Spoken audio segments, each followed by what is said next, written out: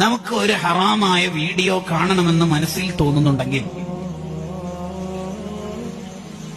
നമ്മുടെ മനസ്സിൽ അങ്ങനെ ഒരു തോന്നൽ, എന്ത്, ഈ കോമഡി കണ്ടാലോ, ഈ ഹറാമ് കണ്ടാലോ, ഇങ്ങനെ ഹറാമ് വീഡിയോ ചെയ്താലോ, അങ്ങനെ നമ്മൾ വിചാരിക്കേണ്ട 2-3 വിചാരങ്ങളുണ്ട്.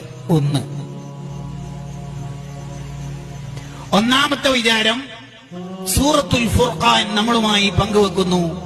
ഈ വീഡിയോ ഓൺ ചെയ്യുന്നതിന്റെ തൊട്ടു മുമ്പ് നീ തന്നെ നിന്നോട് ചോദിക്കുക,